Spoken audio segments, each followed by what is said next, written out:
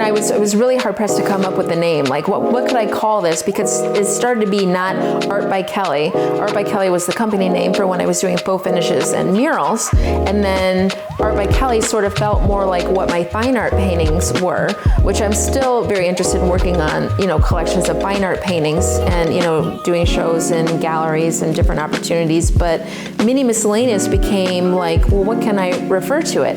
And my beautiful niece, Rachel, when I showed her some of the magnets and I said, like, I'm not sure what I should call these, she was like, well, you're basically just a lot of mini miscellaneous. And she just blurted it out. And as soon as I heard it, I was like, oh my gosh, I'm like, Rachel, that's it. That's it. And immediately, it was January 7th, 2017. I went and started a new Instagram account. I was like, that is it, everybody.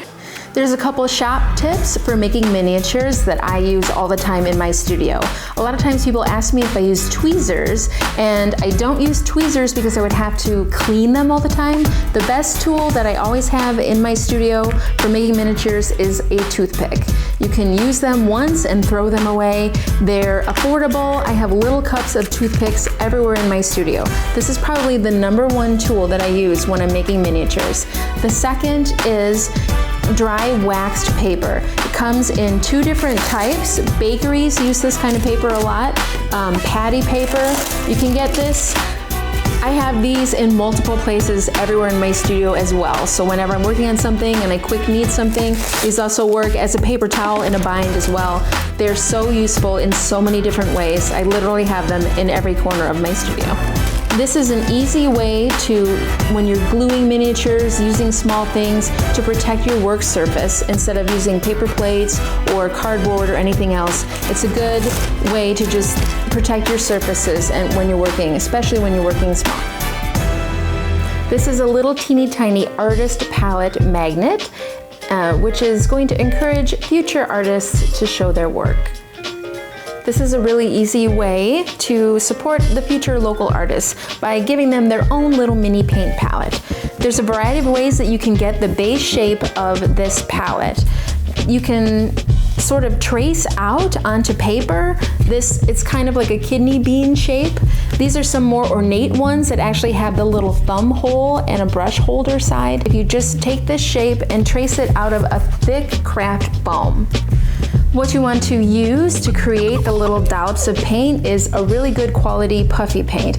You just want to start in a sequence around and do every color of the rainbow, let it dry, and you will have a gorgeous little artist paint palette with assorted colors.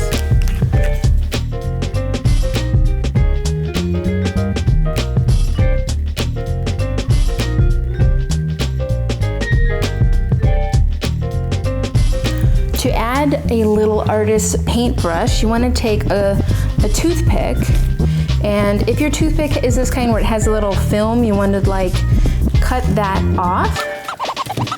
You want to take a little piece of aluminum foil, and then at the end, pinch the foil so that it kind of has a little bit of a tip to it. Then with some dark brown paint, you want to apply the paint to the foil tip, and that little portion will look like the brush hairs. And you just want to take a little bit and add the brown to the foil tip so that that part looks like the brush. So you want to take the E6000 glue and apply that first to the paint palette and just set that right down onto the paint palette. Then glue the magnet onto the back with the E6000 and you're all set with your amazing little artist paint palette magnet.